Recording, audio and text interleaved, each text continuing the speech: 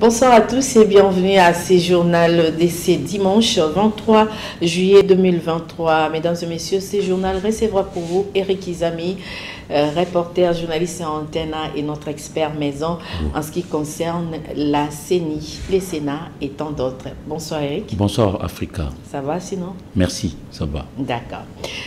Avant toute chose, place au sommaire.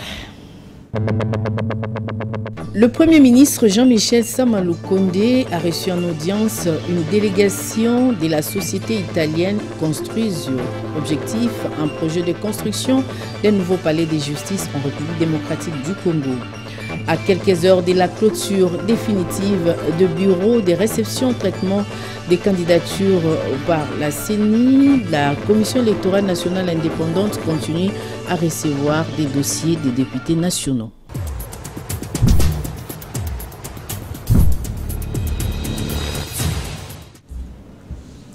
Mesdames et messieurs, encore une fois, bonsoir et merci de nous avoir choisis pour vous informer. Il n'y aura pas de prolongation. Tous les 168 bureaux de réception et traitement des candidatures pour la députation nationale ont clôturé cette opération ce dimanche 23 juillet 2023 à 16h30 heure locale. Prenons les cas de Kasangulu dans la province du Congo central.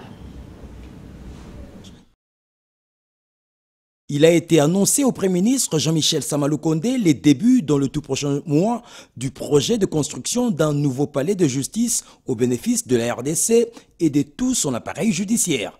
S'exprimant devant la presse au nom de la délégation, après cette audience, Madame Marthe Odio-Nonde s'est dite satisfaite de la qualité des échanges qu'ils ont eus avec le chef du gouvernement congolais. Le gouvernement vient de me recevoir. Nous sommes très contents pour que ces travaux puissent débuter. Parce que là où nous sommes, le bâtiment n'est pas en bon état, mais avec le nouveau palais de justice qui va être érigé d'ici 2 ans, disons 2 ans maximum, nous allons avoir un bon palais de justice, un bon bâtiment. Chez nous, les choses marchent très bien, les candidats viennent et ils continuent à venir. Et nous avons déjà reçu 61 dossiers au total, dont 79 candidats. Et dans ces lots, nous avons 14 dames. La femme doit tenir 7 fois. C'est un cadeau en or. Et surtout que, à cause de la femme qui est classée dans les listes, surtout que nous avons 2 sièges seulement. Et une fois une dame est prise en charge sur la liste est gratuite. Donc c'est une opportunité que nous devons sensibiliser les femmes et les encourager. Les messages ne peuvent pas nous manquer. Nous encourageons, nous rappelons à ceux qui tardent encore que cette fois, il n'y aura plus de jetons, il n'y aura plus de prolongation, le temps est fixé et nous courons derrière ces calendriers. Jean-Claude Sungula, président de la fondation qui porte son nom, a sensibilisé sa base à Kaouka. Nous sommes là dans la commune des Kalamou sur l'assainissement de l'environnement et l'éducation civique après avoir déposé sa candidature au bureau de réception traitement des candidatures de la circonscription de la FUNA. Suivi. Après avoir déposé sa candidature au bureau de réception des traitements des candidatures de la CENI, de la circonscription de la FUNA, Jean-Claude Sungula, président de la fondation Jean-Claude Sungula, est allé communier avec sa base à Kaouka dans la commune des Kalamou. Question non seulement de faire un compte rendu, mais aussi rappeler les objectifs de sa fondation qui sont à savoir l'assainissement de l'environnement, les sociales, l'éducation civique et citoyenne et soutien aux actions du chef de l'État. L'objectif de la mission est d'aller tourner autour de sala social. Comme on dit que sala comme basalongo, tous allez pena voler à solidarité ko salisana ko sungana. Bilenge bazala ba misala na bango ba organisation ba association baza pe na ba mutualité ba pousa la pe pe na biso to solo la na bango ba bisa biso ba posa na bango to meka pe ko soutenir bango na misala o bazo sala. À part ça, to lakisaka lisusu bandeko ndenge nini tokoki kosunga bilenge ya basi pe bilenge ya mibali oyo bazali na ba qualification te to oyo bazangi moi ba papier. Quelques heures plus tôt, Jean-Claude Sungula avait répondu à l'invitation des encadreurs de jeunes coachs sportifs de plusieurs disciplines au quartier Lingwala et Lubudi dans la commune de Bandalungwa. Il faut dire tout de suite que les actions que nous menons se réalisent par rapport aux besoins de chaque entité. Là, nous sommes dans la commune de Bandalungwa. Les natifs et les occupants de Bandalungwa vont nous présenter un cahier de charges par rapport aux besoins qui se posent. Nous verrons cela dans le cadre de notre comité à la Fondation et les réalisations vont se poursuivre. La Fondation Jean-Claude Sungula milite pour un environnement sain et une meilleure santé. Voilà, Eric Izami, vous venez là de suivre ce que nous avons pu réaliser en ce qui concerne la CENI et vous êtes notre expert maison, je l'ai dit comme ça, en ce qui concerne les questions... Simplement journaliste, oui. Oui, journaliste en ce qui concerne les questions et entrée à la Commission électorale nationale indépendante. Quel est votre avis justement par rapport à tout ça, étant donné que vous avez à couvrir pas mal d'activités en ce qui concerne le dépôt des candidatures? C'est simple, le peuple congolais a déjà pris goût au jeu démocratique. Au moment où nous évoluons, chemin faisant, on sait que 5 ans après, il faudra que l'on puisse aller renouveler. Ceux qui ont bien travaillé auront une sanction positive et ceux qui n'ont pas bien travaillé devront recevoir une sanction négative. Et ça se passe par rapport aux élections. Et alors, les uns les autres qui criaient ici à Corée à cri qu'ils avaient besoin des élections, par rapport à ce que moi j'ai vu, ni dans un camp, ni dans un autre, je suis en train de remarquer que la classe politique n'était pas prête. C'est comme si elle s'attendait à quelque chose d'autre. Mais là, le temps est notre ennemi. À nous tous, nous devons courir après le temps pour offrir à notre population cette chance que de pouvoir se choisir les différents dirigeants à différents échelons au moment venu. Et la date à retenir, c'est le 20 décembre 2023. Nous devons aller aux urnes pour voter nos différents dirigeants. Donc, les uns les autres, bon, parce que juste les derniers jours pour la députation nationale, on devra aller pour d'autres scrutins, c'est-à-dire que ça va évoluer, et allons aux élections, et la population va trancher. Voilà. Justement, en parlant de la classe politique, on parle très souvent à ces jours de nouvelles figures, justement, de l'opposition en Afrique. Qu'en est-il exactement ?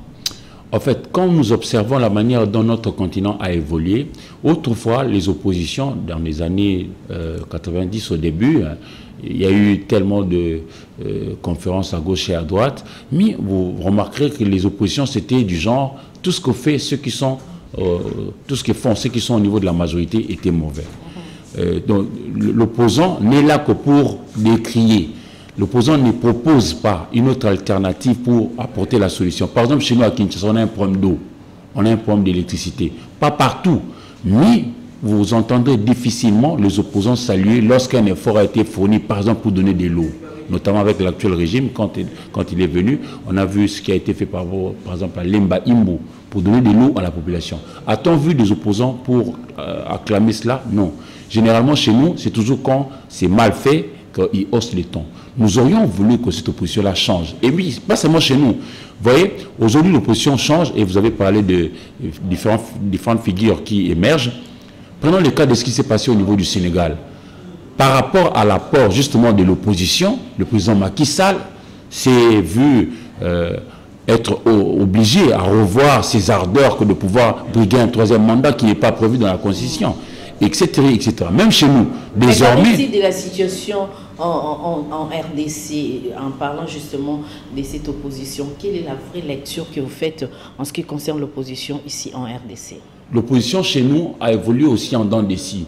Mais je crois qu'aujourd'hui, avec la nouvelle donne, c'est-à-dire le partage accru des informations, parce que les informations auxquelles les gens n'avaient pas accès autrefois peuvent les avoir aujourd'hui. Avec les nouvelles technologies de l'information et de la communication, les figures montantes arrivent et je crois que les gens tels que, par exemple, Constant Moutamba, peuvent aider à pouvoir consolider ce que nous attendons de l'opposition. C'est-à-dire que de ne pas seulement critiquer, mais il est plutôt, dans l'opposition républicaine ou opposition... C'est ce que nous aurions souhaité, okay. L'opposition républicaine. Une opposition qui vient, non pas seulement pour regarder ce qui est mal fait, mais de proposer aussi pour que la bonne solution arrive au profit de notre population. C'est-à-dire, je suis en train d'observer que nous, par exemple, la République démocratique du Congo, parce que tu en as parlé, nous sommes agressés par le Rwanda. Et moi, je les ai vus s'élever comme un seul homme, faisant taire leur divergence politique pour faire prioriser la cause du Congo. Et ça, c'est important. Nous devons préserver ce vivre ensemble-là. Et je crois qu'il est dans ces filons-là et c'est bon.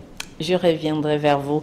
Poursuivons ce journal. Le président de la République, Félix-Antoine Tshisekedi Tshilombo, a effectué la visite au site des Stades des Martyrs, accompagné du Premier ministre Samalukonde Kyenge, pour palper du doigt l'avancement des travaux. À cette occasion, les clés de cet édifice ont été remises au premier citoyen de la République démocratique du Congo, Félix-Antoine Tshisekedi Tshilombo. Les détails dans ces reportages. Plus que quelques heures, tous les yeux de la planète seront braqués sur la République démocratique du Congo, pays hôte des 9e Jeux de la francophonie.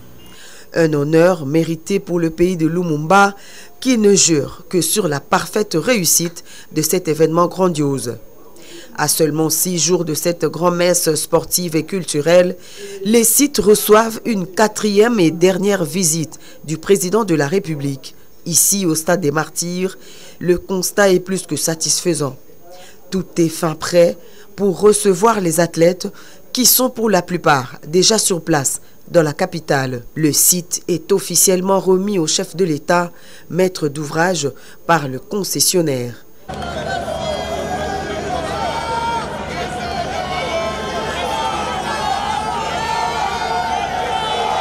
Visiblement détendu et satisfait, le président de la République reçoit les explications des différents responsables et veut se rassurer que le coup d'envoi sera effectivement donné à la date prévue, le 28 juillet 2023. Au programme, un spectacle haut en couleur, le Grand Podium reçoit déjà son dernier coup de pinceau. La cérémonie d'ouverture de la compétition qui va se dérouler en 3 phases. Le défilé des délégations, la phase d'allocution et serment qui correspond au protocole et le spectacle de la cérémonie d'ouverture.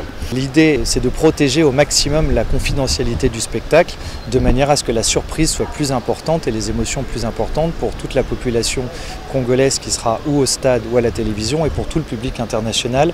À ce stade, les équipes procèdent tout simplement à l'embellissement et aux travaux de finissage.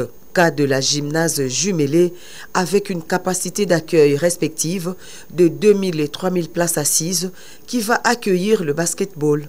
En bon sportif et du haut de sa taille imposante, le chef de l'État a fait quelques démonstrations sur le terrain de basket, une assurance que la RDC est prête pour accueillir les 9e Jeux de la francophonie.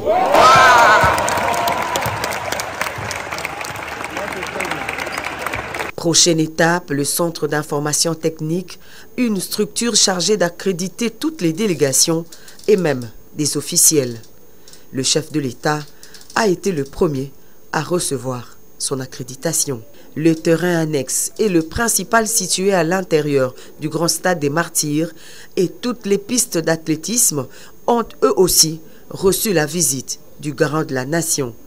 Avant de quitter le stade des Martyrs, le président de la République a eu droit à un bain de foule de quelques Congolais venus l'encourager pour ce grand exploit, un pari gagné pour la République démocratique du Congo.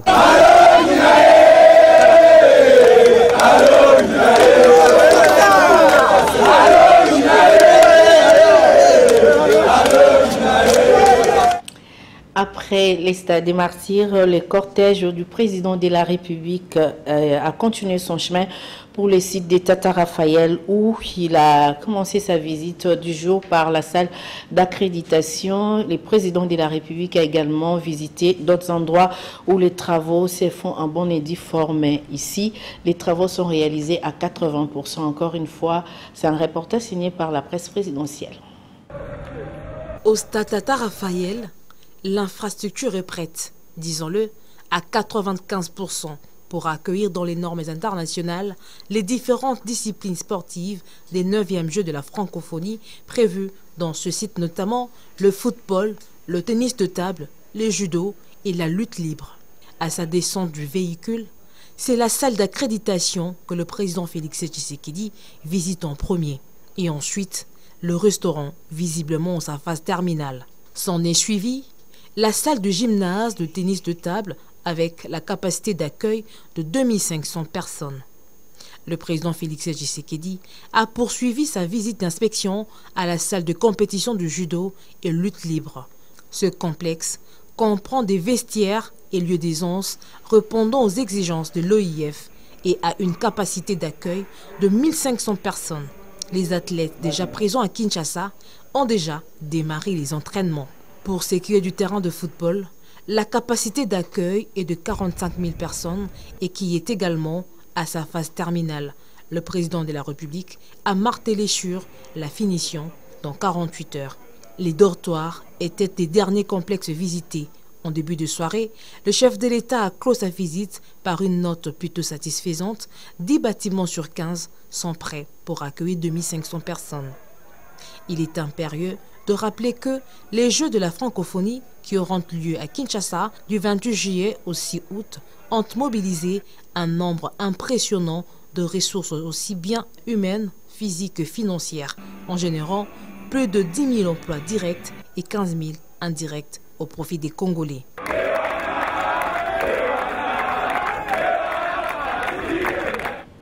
Voilà, Eric Izami, vous avez suivi, vous avez regardé ensemble avec nous les images de l'évolution des travaux. Nous sommes à 5 jours du lancement du 9e jeu de la francophonie. Quelles sont vos impressions?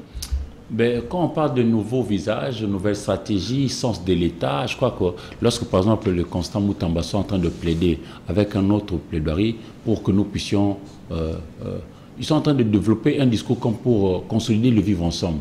Ils demandent à ce que le pouvoir n'arrive pas seulement à offrir à Kinshasa des infrastructures, parce qu'on a des talents à foison à travers la République. Il faut aussi regarder l'arrière-pays, les autres provinces. C'est une bonne chose. Et parce qu'il faut toujours préserver le vivre ensemble et permettre à ce que ces voies-là, ces différentes façons de faire puissent davantage être consolidées dans notre population. Et vous verrez qu'opposition majorité, nous allons bien évoluer parce qu'in fine, nous visons tous le bonheur du peuple congolais. Et je crois que ça passe par cette voie-là aussi, que de toujours venir critiquer et puis bon, ne rien proposer. Mais quand ils critiquent, ils ne reviennent pas pour dire que non, là, nous aussi, nous avions eu notre part de faute. Non, jamais. C'est toujours la faute à l'autre. Non. Je crois que ça, c'est une mauvaise façon de voir. Mais bon, on va donner la chance aux uns aux autres de pouvoir participer à cette consolidation, de vivre ensemble. Mais nous avons eu quand même l'occasion de voir l'opinion est souvent menée à gauche, à droite, finalement, qui se distingue dans cette situation. Ça, c'est maintenant la population qui va trancher, in fine. Parce que là, je suis tout petit pour décider à la place de tous les Congolais. Nous sommes à 107 millions. Il y a eu 43 millions d'électeurs. On verra ce que ça va donner lors des consultations de la nation, c'est-à-dire les élections. On verra ce que ça va donner et la population décidera qui va émerger. Mais nous, nous voulons un discours constructif. Nous voulons une approche nouvelle. Pas que des gens qui viennent faire l'opposition pour casser, non. Des gens qui viennent faire l'opposition pour aider aussi l'autre qui est au niveau de manette à pouvoir bien regarder pour que l'on puisse prendre en compte ceux qui sont au niveau de la minorité. La majorité, oui, mais la minorité doit être aussi prise en compte pour que nous puissions bâtir notre pays. Et puis, bon, vous savez, ici chez nous, malheureusement, il y a beaucoup trop de fanatiques, hein, mais nous devrions être sérieux. Pourquoi? Parce que si nous sommes sérieux, ceux qui nous dirigent seront davantage regardants par rapport à ce que nous attendons d'eux, plutôt que de verser toujours dans ce qui vante, même lorsqu'il y a... Et qui nous divise voilà. Parfois. Poursuivons, nous allons parler défense dans ce journal. La garde républicaine a effectué le samedi 22 juillet 2023 une marche d'endurance partant de l'échangeur délimité comme point de départ pour chuter au camp Tchatchi. Et une autre partie a démarré au rond-point Gaba pour passer dans les communes de Bandalungwa, Kitambo afin de chuter au camp Tchatchi. Les détails dans ces reportages que nous propose Patricia Moigny. La garde républicaine a effectué tôt dans la matinée de ce samedi 22 juillet une marche d'endurance dans les principales artères de la ville de Kinshasa. Dans leur tenue impeccable, les éléments de ces corps d'élite affectés à la sécurité du chef de l'État sont partis du motel Fikine dans la commune de Limete. Ils ont emprunté le boulevard Lumumba, l'avenue Sendoué, le boulevard Triomphal, l'avenue du 24 novembre pour atteindre le boulevard du 30 juin et l'avenue Mondiba s'acheminant vers le Kanchachi. Une autre longue colonne est passée par les communes de Bandalungwa et Kitambo pour faire jonction à destination avec l'ensemble du corps. Cette marche, ovationnée par la population, a été conduite par le général-major Ephraim Kabi Kiriza, commandant de la garde républicaine. Pour lui, cette marche entre dans le cadre des activités normales de la garde républicaine. La marche que nous exécutons, c'est une marche ordinaire qui n'est pas aussi longue que vous le croyez. On venait de le dire. C'est une marche ordinaire dans le cadre de l'exercice des activités du soldat, dans le cadre du maintien de cette condition physique. Et connaissant que la garde républicaine, c'est une unité spéciale, ça fait longtemps qu'on n'a pas exécuté une telle activité et finalement, nous nous sommes décidés de le faire, non seulement pour évaluer notre capacité opérationnelle, mais aussi aider à comprendre que l'unité ne doit pas tout simplement être cantonnée. Je dois ajouter un élément très important pour le moment. Vous le savez très bien que notre pays va abriter les Jeux de la francophonie et connaissant tout ce qui se passe à Kinshasa, il y a une psychose de tout ce qu'on peut suivre dans les réseaux sociaux. Nous nous sommes dit que nous devons rassurer notre population. Nous devons marcher, que la population de Kinshasa et d'ailleurs toute la population du pays puisse comprendre que son armée est là. Parce que la garde républicaine n'a pas seulement cette mission de sécuriser le président de la République. Par contre, elle a 3 missions. La première mission, c'est d'appuyer les FARDC dans sa mission de la défense de l'intégrité territoriale. Nous avions la deuxième mission, qui est d'appuyer la police dans leur mission de MROP. Et la troisième mission, qui est notre mission spécifique, c'est d'assurer la sécurité du président de la République. C'est dans ce sens-là, connaissant que le jeu de la francophonie constitue les hôtes de marque du président de la République, nous nous sommes décidés de faire cette marche, montrer à la population que l'armée est là, la garde républicaine est là et nous pouvons intervenir si c'est nécessaire. Une marche analogue a été aussi organisée dans le Grand Katanga, à Lubumbashi, Kolwezi, Kalemi, a rassuré le général Ephraim. Le tout s'est terminé en beauté par une parade militaire au camp Tchachi.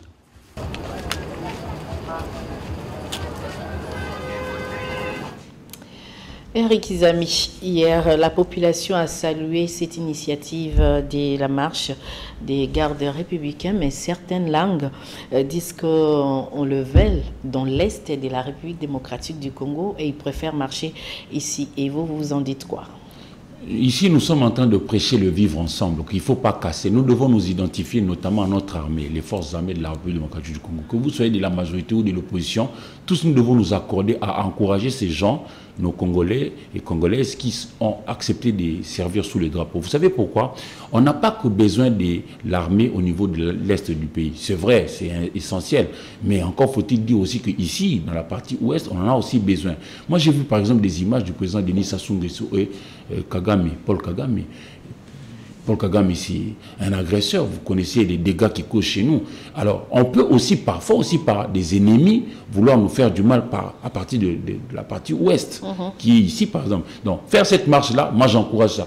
Qui que nous soyons, nous devons vraiment apprendre à consolider ce qui nous unit. Parce que le mal ne viendra pas que de l'Est. Nous sommes un pays convoité. Nous devons, par moment aussi, donner le goût à ces jeunes enfants qui regardent. Qui sait si parmi eux, il y aura des gens qui peuvent émerger et dire un jour que non, nous voulons, par exemple, voilà, et participer à faire respecter l'intangibilité de nos frontières qui aujourd'hui, par moment, voilà. En sport, la République démocratique du Congo ne comptera plus que 3 clubs aux interclubs de la CAF pour la saison 2023-2024. Il s'agit des Lupopo en Coupe de la Confédération, puis V Club et Mazembe en Ligue des Champions. Cette décision a été passée par la CAF, ni Maniema Union, ou encore Daring Club Motema Pembe jouera la compétition africaine. C'est un reportage signé pour vous par Patrick Borel-Moukenzi. Le ciel noircit, la terre tremble, ni Maniema Union non plus de Saint-Pé vont jouer la Coupe de la Confédération africaine de football, deuxième compétition majeure de clubs organisée en Afrique. C'est le deuil. L'inévitable arrive au mauvais moment. La CAF a rendu officiellement publique la liste de clubs retenus pour disputer cette saison 2023-2024 la Coupe de la CAF. Pour cette édition, l'Air des Congo n'alignera que 3 représentants aux interclubs de la CAF. L'AS Vita Club de Kinshasa et les TP Mazembe de Lubumbashi seront bel et bien en l'arène de compétition qui n'est autre que la Ligue des champions africaine. Et au lieu de 2 représentants en Coupe de la CAF, le pays des Léopards n'aura qu'un seul club qui n'est autre que le Cheminot de Saint-Oula Lupopo. Magister Dixit, le maître a dit on s'incline, en attendant peut-être un recours du comité de normalisation de la FECOFA. A noter que la CAF, que dirige Patrice Motsepe, le Sud-Africain, n'a pas précisément signifié le quoi, pourquoi et comment de ces retraits et ces décisions qui endeuillent toute une république, particulièrement le Kambelembele des Kindu et les Immaculés de Motema Pembe. Tout avait commencé par les retraits de la licence Club CAF au Daring Club Motema Pembe pour non-respect des obligations financières. Et les Connors faisaient allusion aux entraîneurs italiens Andrea Agostinelli, Emmanuel Bottoni et Matteo Basile. 2 autres coachs nationaux, Otis Ngoma et les Congolais de Brazzaville, Isaac Ngata, puis plusieurs joueurs étrangers. Daring était déjà condamné au paiement de 200 000 $, l'interdiction formelle de recruter des nouveaux joueurs au niveau national et international. Et avec le maintien de la décision du retrait de la licence Club CAF, Desampé n'avait plus de chance de jouer l'Afrique. Donc, automatiquement, le remplaçant valable, c'était la formation de Maniema Union qui a la licence CAF. Mais hélas, la CAF a décidé de ne retenir que 3 clubs en lieu et place des 4, une première depuis 2009. Année de l'acquisition de ces quotas des 4 représentants, arrachés bien sûr par les belles prestations des Congolais aux 2 tournois. Alors que l'une de 2 formations, à savoir Desampé et Maniema Union, pensait faire leur entrée de classe, la CAF a décidé de prolonger leurs vacances. Si l'instance fêtière du football en Afrique ne change pas sa décision, Maniema Union et Daring vont se contenter du championnat de la Ligue nationale de football qui n'accouche que de souris, championnat qui a toujours un début mais pas de fin. Avec 37 voix sur 65, le colonel Dona Liwoke a été porté à la tête de la commission électorale de la FECOFA pour les élections du mois de novembre 2023, samedi 22 juillet 2023 au centre Caritas Congo de la Gombe, où s'est tenue l'Assemblée générale extraordinaire et élective. Suivez. Un sentiment de joie, de fierté, d'être élu. Et je voudrais penser ici à un ami qui est décédé. Pensez plus à lui, paix à son âme, c'est le président Toimaba qui a été plusieurs fois président de l'EPFKIN. C'est lui qui m'a initié surtout dans le football. Et il disait toujours aux gens, et pas Idona Zalibo Keba. Parce que Sobo Kebite a eu au Sabino. Et ce soir, je pense à lui, je pense à sa famille et je lui dédie cette victoire. Surtout que j'ai cette passion-là d'aimer le football. Le football. Même quand je suis à la maison, c'est le football. Même quand je roule dans ma voiture, c'est le football. Le football, c'est quelque chose d'extraordinaire. C'est quelque chose qui unit les gens. Quand on a faim et quand tu aimes le football, on n'a plus faim. C'est comme qui dirait, qui aime le football, dîne. Le membre du conseil d'administration de la Fédération internationale des échecs en charge du programme de développement de jeux des échecs dans le monde, l'anglais Nigel David Short, a terminé son séjour de travail à Kinshasa, entamé il y a quelques jours. Patrick Borel-Mukendi, Patricia Molengombo-Lekuni et Hugues Moussanguilay nous en parlent. Après avoir échangé avec quelques officiels sportifs de l'Air des Congo, Nigel David Short a simultanément affronté 21 joueurs pratiquant le jeu d'échecs en RDC au restaurant India de la Gombe. Les Congolais ont eu chaud. Ça, c'est un grand maître. D'abord, d'habitude, même dans des compétitions que je joue d'habitude, on n'a pas vraiment l'habitude de jouer avec des grands maîtres. On joue au moins avec des MI. Donc nous, à notre niveau, nous sommes qu'à 1800 élos. Mais lui, il a 2500 élos. Un seul Congolais a fait jeu égal avec l'expert Nigel Short. La partie n'a pas été facile. Il est très rusé. Il est très rusé, le monsieur. Alors, il fallait vraiment avoir une vision anticipée, quoi. La Fédération internationale des jeux d'échecs encourage la FECOJEC. Que nous allons travailler parce que, comme il a dit, l'extérieur peut juste... La Fédération internationale peut nous accompagner. Mais s'il n'y a pas de volonté manifeste de notre part d'aller vers l'avant, ça ne sert à rien. Work to be done in the Chess Federation. Il y a beaucoup de travail à faire dans la Fédération nationale des jeux d'échecs. C'est ça le but de mon visite ici, pour essayer de résoudre certains de ces problèmes-là. Je remarquais que la Fédération est sur une bonne direction. So, it's been good. C'était vraiment très bien. Après 14 jours passés au Congo, Nigel Short promet de revenir pour sillonner les autres provinces de l'Air des Congo dans le but de vulgariser cette discipline. Voilà, les amis, nous avons fini. Un mot pour clôturer cette édition. Nous devons participer à la consolidation de notre État et ça passe par, d'un côté, les élections, de l'autre, le travail, mais surtout le travail. Et dans ce qui doit être fait comme travail, nous devons promouvoir les valeurs éprouvées. Lorsqu'un opposant apporte un discours qui nous permet de vivre toujours ensemble et d'aller de l'avant, il faut le soutenir. J'ai dit, Constant Moutamba et son groupe, ils sont en train d'évoluer petit à petit, nous devons les aider comme pour consolider cette opposition républicaine et faire face à ce qui devrait être comme, tenu comme des défis à relever dans notre communauté congolaise. Bon vent à lui.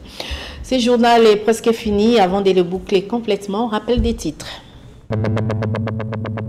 C'est dans quelques jours que démarre le 9e jeu de la francophonie dans la capitale Kinshasa.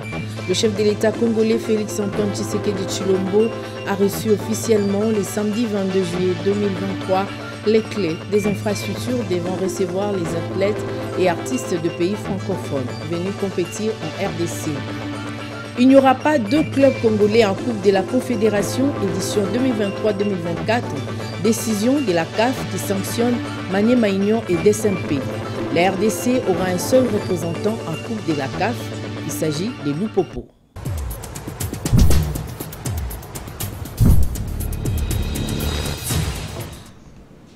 Ce journal est fini. Mesdames et messieurs, merci de l'avoir suivi. Au nom de Patricia Moigny, chef d'édition, je vous dis grand merci. Les prochains rendez-vous pour information, c'est demain à 7h30. D'ici là, portez-vous bien et bonne suite de programme sur la chaîne des références Antena. Au revoir.